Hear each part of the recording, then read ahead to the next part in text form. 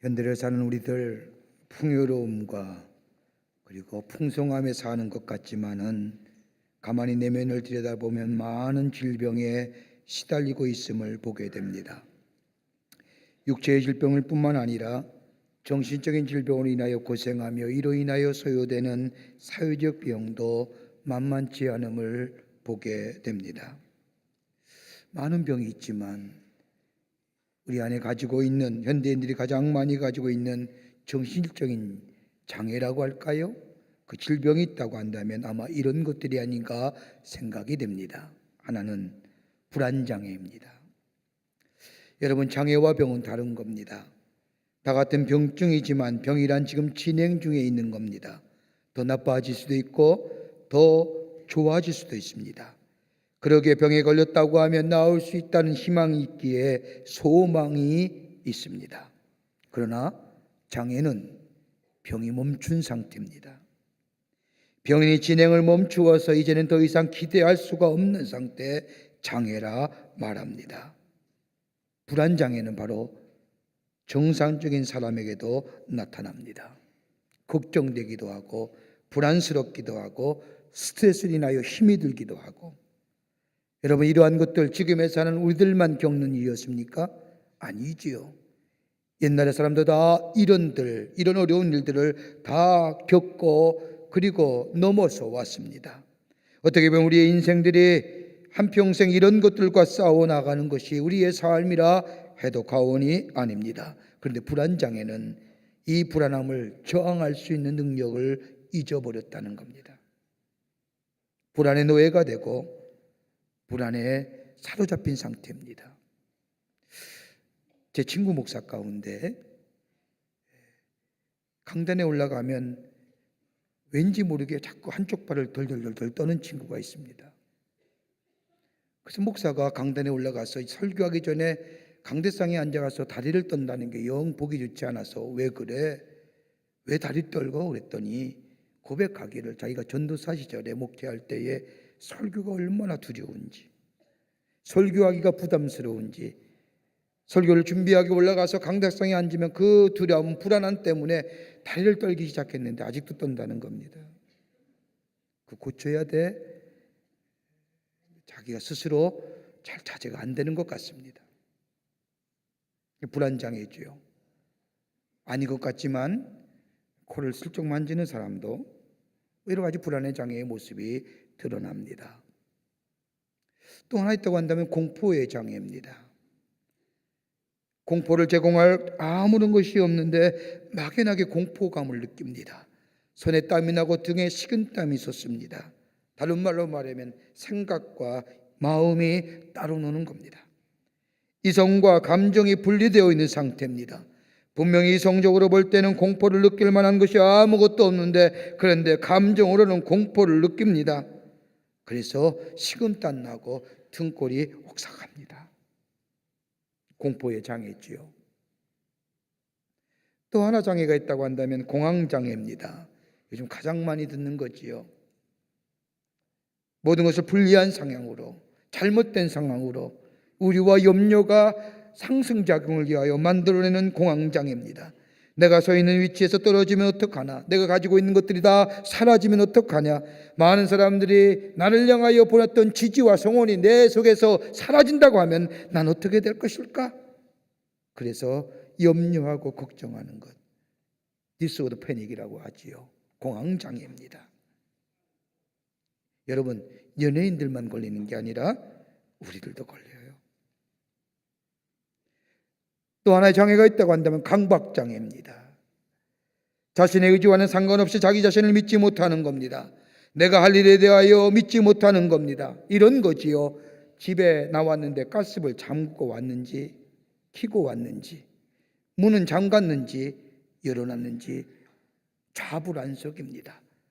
그래서 요즘은 메커니즘의 시대에 컴퓨터를 가지고 전기 가스불을 잠그고 열고 문을 닫고 이런 것들이 발전되어 있음을 보게 됩니다. 제가 어젯밤도 설교 준비하고 집에 돌아가는데 나와서 사무실에 문을 잠궜어요, 분명히. 그리고 쭉 건너와서 신호등 앞에서 집에 가려고 신호를 기다리는데 내가 문을 잠갔나? 그리고 그 밤중에 다시 돌이켜서 사무실에 와서 문을 확인했어요. 잠겼어요. 이걸 갖고 요즘 사람들은 뭐 치매 걸렸다. 치매 아니에요. 머리가 나빠서가 아니에요. 자신이 한 일에 대하여 믿지 못하기 때문에. 자신을 믿지 못하기 때문이다. 강박 증세입니다. 여러분, 어떠한 일이라든지 가장 중요한 것이 있다고 한다면 믿음인데, 믿음에는 내용이 있습니다. 하나는 뭐냐? 내가 나 자신을 믿을 수 있어야 됩니다. 더 나아가 다른 사람이 나를 믿어줘야만이 이래도 어떠한 일을 할 수가 있습니다. 그런데 이 강박 증세 때문에, 장애 때문에 우리는 마음에 평안이 없지요. 지금도 생각할 거예요. 나올 때 가스불 잠갔나? 잠갔어요.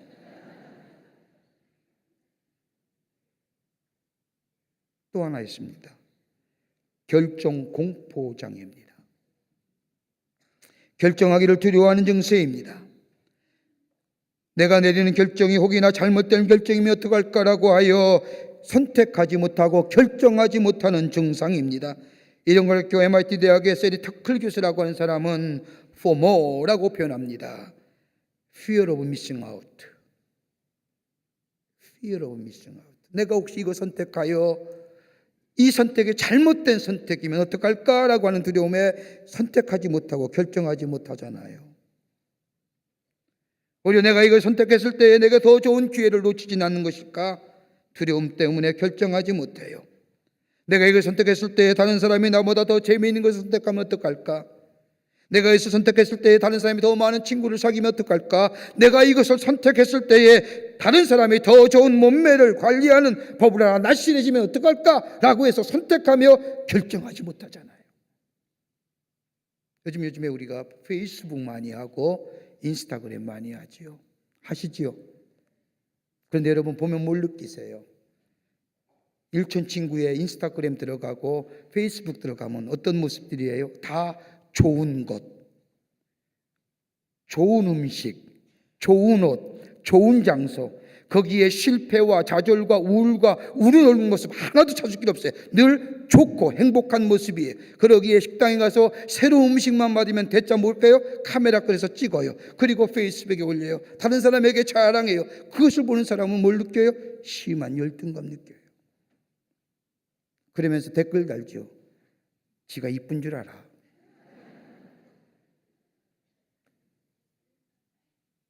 그렇게 선택 못해요. 그리고 결정하지 못해요. 결정 고통 증세예요. 이런 것 때문에 우리 마음에 평안이 없어요. 평안도 참된 평안이 없어요. 평강의 삶을 살아갈 수 없어요. 늘 비교하며 늘 상대방을 의식하며 삽니다. 근데 오늘 본문의 말씀을 보세요. 오늘 본문의 말씀은 사도 바울이 빌립보 교회 성도들에게 쓴 편지입니다. 바울이 로마 옥중에 있으면서 빌립보 교회 성도들에게 편지하기를 하나님의 평강이 우리의 마음과 생각을 지키시리라 말씀하십니다. 성경에서 말하는 이 평강이라고 하는 것은 단순히 국어사전적 정의인 걱정이나 탈이 없는 상태가 아닌 적극적인 의미로서의 하나님이 주시는 절대적인 평화, 절대적인 샬롬과 더불어 내 안에 육체의 강건함을 가리켜서 평강이라 말합니다. 이것은 하나님이 우리에게 주셔야만이 가능한 거고, 하나님이 우리의 마음을 다스려 주셔야만이 평강이 있는 것이고, 하나님이 우리에게 주셔야만이 건강함이 있는 겁니다. 빼앗는 것도 아니고 취하는 것도 아니고 얻어지는 것도 아니고 내가 여력해서 가진 것도 아닙니다. 높은 주위에 올랐다 해서 우리 마음에 평강이 임하는 것이 아니라 하나님이 주셔야만이, 그러기에 받는 겁니다.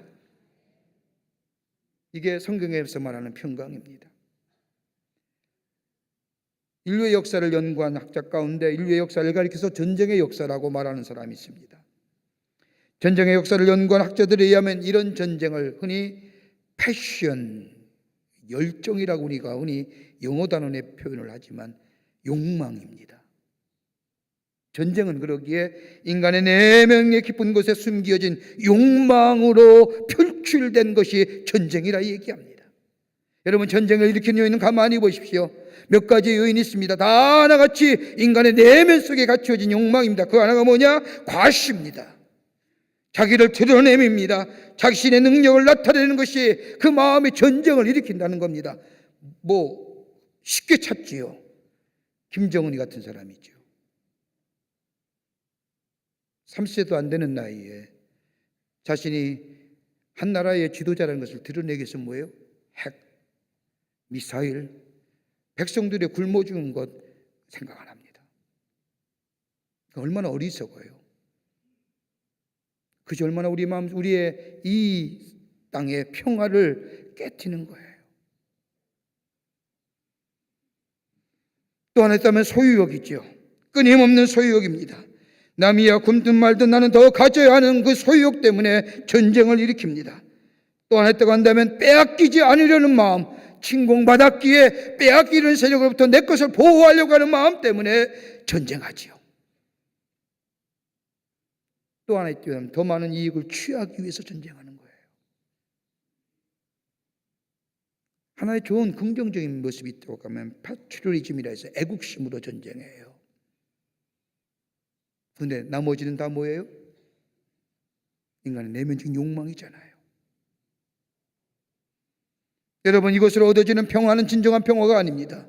어떤 학자들은 인류의 발전사를 연구한 학자들은 이런 전쟁이 창조를 가져오고 그것이 파괴를 가져오고 파괴가 새로운 창조를 가져오고 그 창조가 또다시 파괴를 만들어서 인류의 역사의 발전을 가져왔다고 얘기하지만 여러분, 평화가 있습니까? 우리의 내면의 삶 어떤지요? 평강의 삶을 살기로 노력하지요. 그러기에 시간과 틈이 나면 쉼을 찾고 안식을 찾고 집을 떠나고 내가 있던 장소를 떠나서 새로운 장소에 가서 쉼을 가지려고 노력합니다. 그런데 돌아오면 평강하신가요? 어떤 사람은 저 고요한 곳에 가서 메디테이션, 명상합니다. 내 마음을 다스려 봅니다. 내 안에 있는 욕심을 좀 잠재워 보려고 합니다. 그런데 인간의 끊임없이 솟아오르는 이 욕망과 이 마음속에 있는 이 마음들 자제가 됩니까? 그러게 아우구스티는 말하기를 내가 하나님을 발견하기 전까지는 그 어디서도 참 평안을 누릴 수 없었도다 라고 얘기합니다. 오늘 바울이 그 얘기합니다. 어떻게 하면 우리가 평강의 삶을 살 수 있을까? 참 평화는 원하는데 어떻게 하면 평화를 누리며 사는 인생 될 수 있을까? 오늘 본문의 말씀을 통해서 바울은 우리에게 말씀해 주시는데 몇 가지로 함께 나누어 은혜 받기를 원합니다. 첫째는 하나님께 열려진 마음에 참된 평강이 임합니다. 오늘 4절 말씀을 보십시오. 바울은 빌립보 교회 성도들에게 편지하기를 주 안에서 기뻐하라, 내가 다시 말하노니 기뻐하라 라고 말합니다. 기뻐하라고 얘기하는데 어디서 기뻐해요? 주 안에서 기뻐하라는 겁니다. 다른 말로 말하면 기쁨은 얻어지는 것이 아니라 취해주는 것이 아니라 습득되어지는 것이 아니라 하나님 안에 있을 때에 하나님이 주시는 기쁨이 참된 기쁨이라는 겁니다. 절대적인 기쁨이고 이것은 절대적인 평안입니다. 이거는 뭐냐? 주 안에서 내 마음이 하나님께 향하여 열려진 마음이 되었다는 겁니다. 열려진 마음이라고 해서 하나님과의 관계성을 얘기하는 것이고 그 열려진 마음은 주의 뜻에 말씀에 들려오는 음성에 듣고 깨닫고 순종한다고 하는 마음을 얘기합니다. 열려진 마음이에요. 하나님과의 깊은 교제와 소유 관계성 속에서 내 뜻이 아니라 하나님의 뜻에 순종하는 삶. 여러분, 믿음은 미신과 다른 거예요. 믿음과 미신은 같이 갈 수 없어요. 여러분, 미신과 믿음이 함께 할 수 없다고 하는 것, 믿음은 하나님을 향하여 열려진 마음의 소유자고 주의 뜻을 들어오며 주의 뜻에 순종하는 삶, 그 믿음의 삶이에요. 미신은 그렇지 않아요. 여러분, 이 일에 대하여 우리에게 귀한 교훈을 주는 사람이 있다고 한다면 사울이에요. 여러분, 사울이 하나님이 자기 인생을 향하여 다가오시는, 함께 하시는 하나님의 리더십을 거절해요. 그리고 자신의 교만과 자신의 기만과 자신의 권력과 자신의 것들을 선택해요. 이렇게 사는 동안 블레셋과의 전쟁에 위협이 가해오지자 다급해진 사울은 갑자기 자기 인생을 향한 하나님의 뜻을 구하기 시작해요. 이제껏 내 마음대로, 내 뜻대로, 내 권력과 내 기만과 내 욕망대로 살았는데 위기와 위험이 찾아오자, 걱정과 근심이 찾아오자 그제서야 하나님의 뜻이 어딨냐고 묻습니다. 하나님 응답하지 않아요. 블레셋과 싸워야 합니까? 아니면 싸우지 말아야 합니까? 하나님의 뜻을 구하는 것 같지만 실상은 하나님의 뜻 구하는 게 아니라 내 자신의 뜻을 구하는 거예요. 사울이 원하는 것은 하나님이 원하신 것이 아닌 자신의 원함과 바람이 이루어지기를 원하는 거예요. 하나님께 돌아오고 하나님의 리더십을 받아들여야 되는데 거절해요. 이 사울의 요구에 하나님이 응답하지 않자 어디로 내가 엔돌에 무당을 찾아가요. 그리고 무당에게 얘기해요. 죽은 선지자인 사무엘 좀 불러달라고. 이거 강용술이라고 얘기하지요. 무당도 죽은 자 불러서, 죽은 애 위대한 사람들, 훌륭한 사람들 불러서 예언케 하잖아요. 신내렸다고 얘기하는 게 그거예요. 얼마나 어리석어요. 여러분, 그게 이미 저 사울왕 때부터 있었던 시대예요. 무당에게 강용술을 통해서 사무엘을 불리자 사무엘이 나타나요. 그 사무엘을 보자. 사울이 사무엘상 28장 15절의 말씀을 보면 뭐라고 얘기하느냐? 내가 심히 다급하나이다. 블레셋 사람들이 나를 향하여 군대를 일으켰고 하나님은 나를 떠나서 다시는 선지자로서도 꿈으로도 내게 대답하지 아니하시기로 내가 행한 일을 알아보려고 당신을 불렀나이다. 자, 말씀 보세요. 내가 다급한 거예요. 내가 다급한 거예요. 선택하여 결정하기가 내가 심히 어렵습니다. 하나님의 뜻이라고 한다면 선택과 결정은 쉬운 거예요. 따라 순종하면 되는 거예요. 그런데 내 뜻과 내 것을 선택하고 결정하려고 하니 심히 어려운 거예요.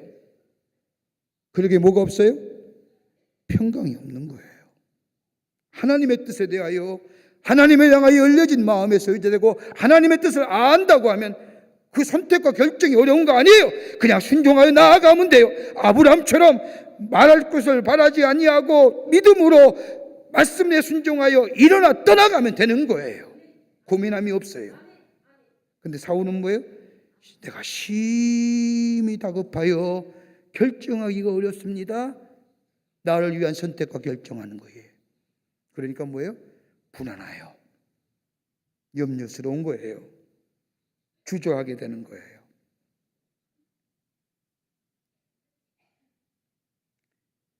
하나님을 향하여 열려진 마음에 소유되면 평강이 임하는 거예요. 왜요? 하나님의 뜻을 알기 때문이에요. 그 대표적인 얘기가 마태복음 8장 23절의 말씀을 보면 예수님과 제자들이 갈릴리 호수를 건너가세요. 풍랑이 얼마나 심하게 부는지 갈릴리 호수에 참표가 거졌던 이 어부들, 제자들 아무리 노력해도 풍랑을 잠재울 길이 없어요. 근데 가만히 보니까 예수님은 저 배 밑에서 주무시고 계세요. 하도 이 풍랑을 이기지 못하자 제자들이 배 밑에서 주무시는 예수님을 찾아와서 예수님, 우리가 죽게 되었습니다 라고 합니다. 근데 예수님은 아무렇지도 않으시고 평안한 가운데 주무시다가 일어나셔서 나와서 바다를 잔잔케 하세요. 그러면서 뭐예요? 왜 믿음이 적은 자요? 라고 얘기해요. 왜 그런 줄 아세요? 왜 예수님은 편안하게 주무실 수 있는 게 어디 있을까요? 하나님의 뜻을 아셨기 때문에. 그 자리가 예수님 죽을 자리가 아니시기 때문에. 예수님의 죽으심은 저 십자가에서 못 박혀 죽으심으로 인류 구원의 속죄제물이 되는 것이 하나님의 거룩한 뜻임을 예수님은 하나님을 향하여 열려진 마음을 통하여 하나님의 뜻을 아셨기에 그 풍랑에 요동치지 아니한 거예요. 왜 근심과 걱정이 있어요? 하나님의 뜻에 순종하며 나가면, 하나님을 향하여 열려진 마음의 소유가 되면 우리 안에 참된 평강이 임하는 거예요. 거기에 선택하고 결정함에 주저함이 없습니다. 이 절대적인 평화, 하나님과의 관계성 속에서 하나님이 주셔야 합니다. 그러기에 항상 기뻐하라, 내가 다시 기뻐하라니 기뻐하라, 그리하면 평강의 하나님이 너희를 지키시리라. 하나님을 향하여 주 안에서 열려진 마음에 하나님의 뜻을 헤아려 하는 주의 음성을 듣는 그 말씀에 순종하며 사는 됩니다.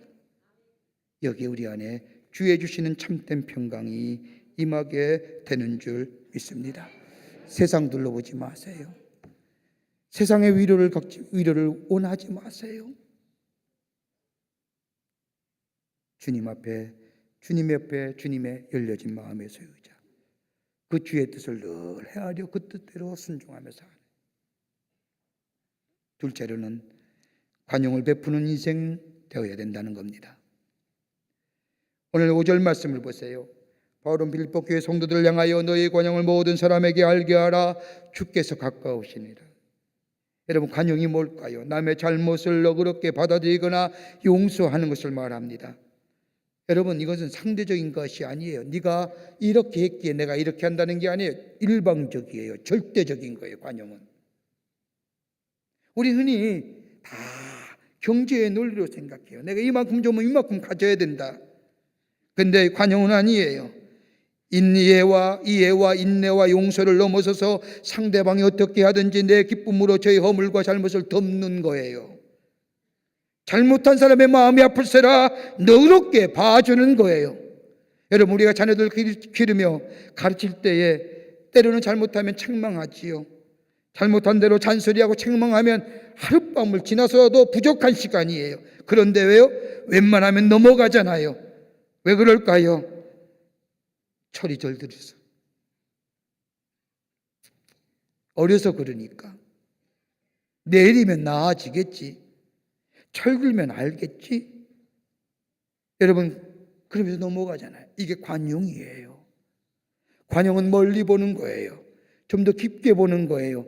좀 더 높게 보는 거예요.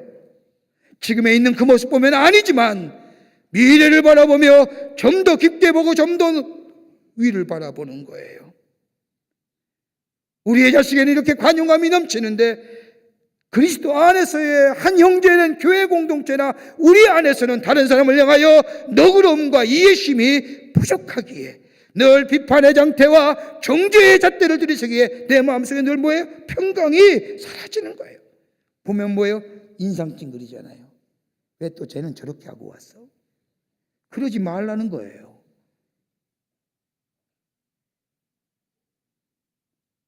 여러분, 이런 관용이 우리에게 있어지기 위해서는 적어도 우리 마음에 두 가지의 것이 충분해야 돼요. 하나는 뭐냐? 내게 주신 자족감이에요. 성경은 만족함이라고 얘기하지만 자족함이에요. 다른 사람과 비교해서 누리는 만족과 자족이 아니라 하나님이 내게 주신 은혜에 대한 자족함과 만족감이 넘치는 거예요. 주의 은혜에 만족하며 그것으로 자족하는 마음이 있을 때에 내 마음속에 기쁨이 충만하기에 다른 사람의 허물과 잘못을 너그럽게 이해하고 용납할 수 있는 거예요. 은혜가 사라지니 정죄가 있어요. 은혜가 사라지니 율법이 있어요. 은혜가 사라지니 미움이 있는 거예요.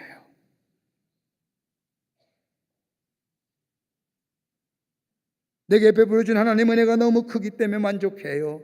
자족해요. 내게 건강 주신 것 은혜 아니에요. 그러기에 건강이 없는 분 보면 슬퍼요. 국률이 여기는 마음 생겨요. 하나님이 나를 부르셔서 부름의 소망을 향하여 걸어갈 수 있게 한 믿음의 중심에 나를 서주셨던 은혜 너무너무 좋아요. 지구촌의 60%의 사람들이 자유가 구속당하고 사는데 나는 자유로운 존재로 다른 사람의 사랑받고 사람일 것을 생각하면 그 은혜가 얼마나 귀한지. 이 은혜가 내게 넘치면 다른 사람을 관용을 베풀 수 있는 자다요. 관용을 알게 하라고 하는 것은 하나님의 은혜의 사람 되라는 거예요. 또 하나 이유가 있어요. 왜 관용을 베풀어야 되느냐? 주께서 가까우시니라는 거예요. 바울이 주께서 가까우시라고 하는 것은 아마도 자신이 로마의 옥중에 갇혀서 언제 죽을지 모르는, 하나님 앞에 언제 설지 모르는 죽음의 어두운 그림자가 점점점 가까움을 느꼈을지도 모릅니다. 그러기에 주께서 가까우시니라. 다른 말로 하면 죽음이 가까워지는 거예요. 8시보다 지금이 더 죽음이 가깝잖아요. 아침 8시보다 지금이 죽음이 더 가까운 시간 아니에요? 그러기에 세상 곧 떠날 터이니 다른 사람의 허물이나 잘못을 너그럽게 용납하라는 겁니다. 꼬치꼬치 깨묻지 말아요. 잘못됐다고 뭐 지적질하지 마세요. 이것이 똑똑한 것 같지만 아니라는 거예요. 아니에요. 종말론적인 사랑, 종말론적인 관용을 베풀라는 거예요. 그러기에 이 관용은 기쁨과 병행하는 거예요. 이기적인 기쁨이 아니라 다른 사람에게 내게 준 은혜 안에 기쁨이 충만하여 다른 사람에게 너그럽게 관용을 베푸는 자, 이 기쁨이 증거되고 전파되는 거예요. 이럴 때에 내 마음속에 평강이 많은 거예요. 우리나라 옛 조상들의 좋은 풍습 가운데 하나가 뭐냐면 환갑하면, 옛날에 환갑잔치 일주일 했잖아요. 그죠? 또 돌아가시면 장례하면 일주일 상 치렀어요. 왜 일주일인 줄 아세요? 연구한 학자들에 의하면 그 일주일 동안 동네 사람들 못 먹고 춥고 배고픈 시대 아니에요?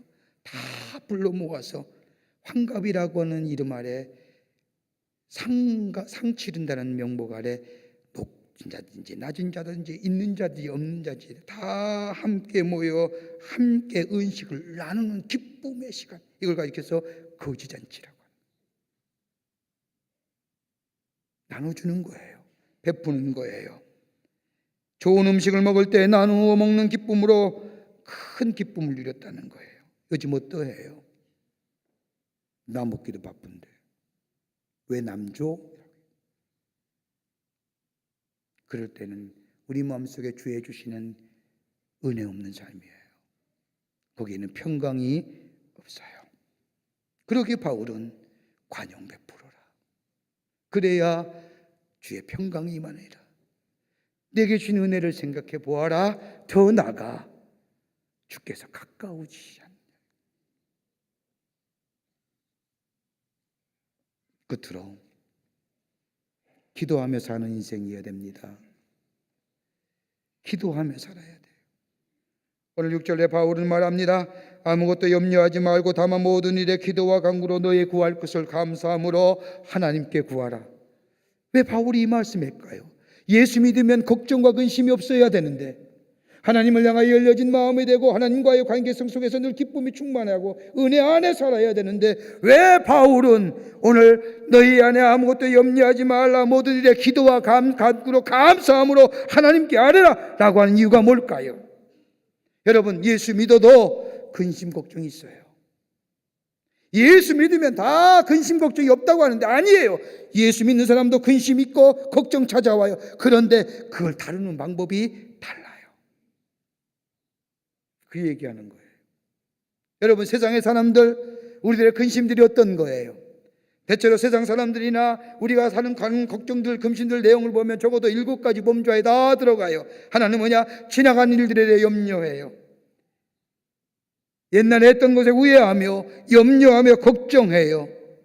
또 하나 있다고 한다면 있을 수도 없고 있지도 않은 일 가지고 걱정해요.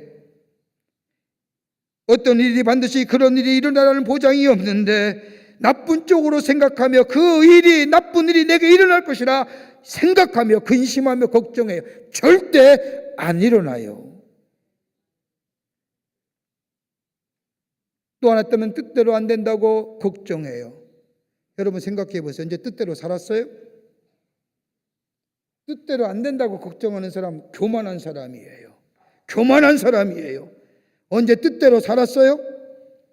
그렇게 못 살았잖아요.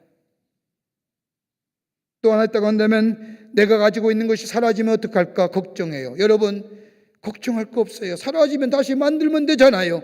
잃어버렸으면 다시 얻어지면 되잖아요. 왜 걱정해요? 그때는 고생스럽고 좀 힘들고 불편하지만 다시 만들고 얻게 돼요.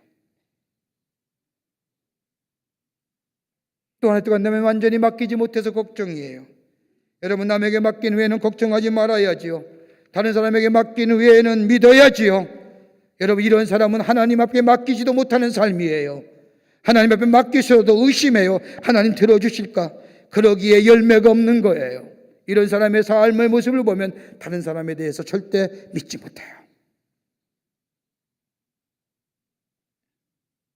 또 하나 걱정이 있다면 자연 발생적인 것에 대하여 걱정합니다. 비 올까 안 올까, 눈 올까 안 올까, 추울까 아닐까. 언제는 비 온다고 일 못했습니까? 눈 온다고 할 일 못했습니까? 춥다고 밖에 나가지 않으셨습니까? 뭐 걱정할 거예요? 비 오면 비 오는 대로, 눈 오면 눈 오는 대로 거기에 맞춰서 하면 될 거 아니에요. 또 하나 있어요. 죽음이에요. 죽는 거 걱정할 거 없잖아요.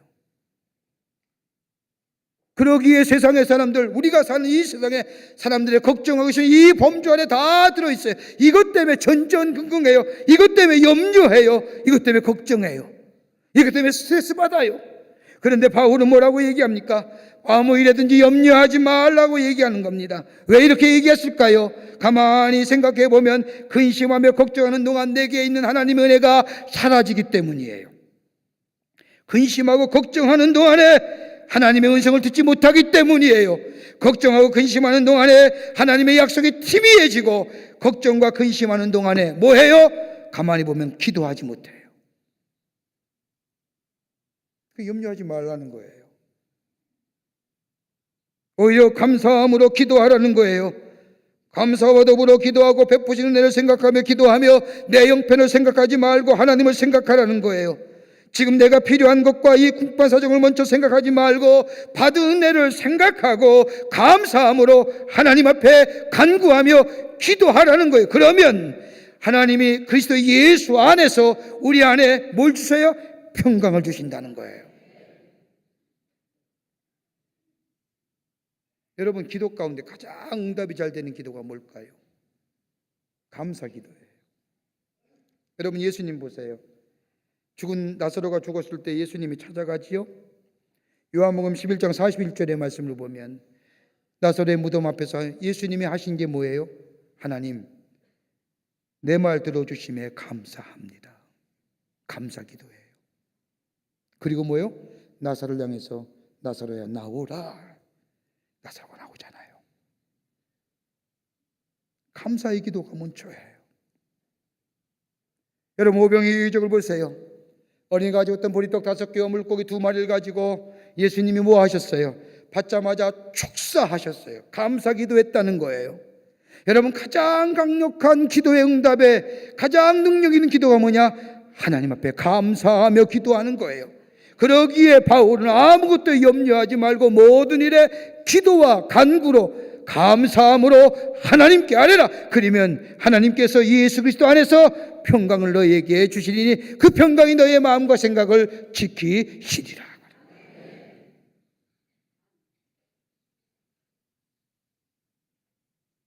기도하라는 거예요. 하나님의 평강이 우리의 마음을 덮으면 문제될 거 없어요. 모든 문제가 해결돼요. 하나님의 평강이 우리의 마음을 덮으면 물질과 경제, 더 나아가 세상의 문제 다 해결돼요. 하나님의 평강이 우리 마음을 떠나게 되면 만난 일마다 걱정이고 근심이에요. 평강하세요? 오늘 우리 주님은 말씀하십니다. 하나님 앞에 열린 마음의 소유자들, 주의 뜻에 들려온 음성에 순종하면 우리 마음속에 불안과 걱정, 염려할 거 없어요. 그 뜻대로 살아가는 자 하나님이 인도해 주세요. 베푸신 은혜 생각하며 주께서 가까우실 때에 우리가 할 일이 뭐예요? 종말론적인 관용이에요. 그리고 아무것도 염려하지 말고 감사함으로 내게 기도할 수 있게 하시는 은혜에 감사함으로 하나님 앞에 기도한구할 때에 예수 그리스도가 주시는 평강이 하나님 안이 우리에게 넘쳐나 내 안에서 주의 주시는 은혜 안에서 참된 평강을 누리며 하나님이 하나님 되심을 증거하는 복된 인생이 되는 줄 믿습니다. 이런 인생으로 승리하시는 여러분과 저와 되시기를 주의 이름으로 축원합니다. 하나님 감사합니다. 저희들 사랑해 주심에 참으로 감사합니다. 그 사랑과 은혜가 있는데 우리 안에 참된 평강을 잊어버리고 불안과 염려 가운데 삶을 주님 앞에 회개하며 고백합니다. 주여, 하나님의 말씀에 하나님을 향하여 우리의 마음이 열려지게 하여 주시고 주의 뜻을 따라 사는 저희들 되게 하시며 주께 베푸신 은혜와 사랑, 그 기쁨 속에 다른 사람의 허물과 잘못을 너그럽게 이해하며 용서하며 관용을 베푸는 삶 되게 하여 주시고 우리 안에 걱정과 근심이 있는 딸지라도 모든 일에 기도와 간구로 감사함으로 하나님께 아뢰는 저희들 되게 하여 주셔서 하나님의 평강이 그리스도 예수 안에서 우리의 마음과 생각을 지키시는 놀라운 은혜를 경험하는 저희들 되게 하여 주시옵소서. 성령이 도우실 줄 믿사옵고 예수님의 이름으로 기도하옵나이다. 아멘.